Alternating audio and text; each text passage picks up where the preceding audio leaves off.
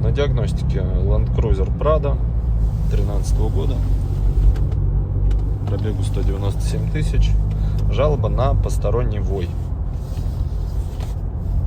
Звук наблюдаем при скорости от 80. По параметрам работы трансмиссии все в норме. Отправляемся на подъемник, будем слушать. Начинаем движение на подъемнике. Вот сейчас отчетливо слышный гул, который беспокоит владельца.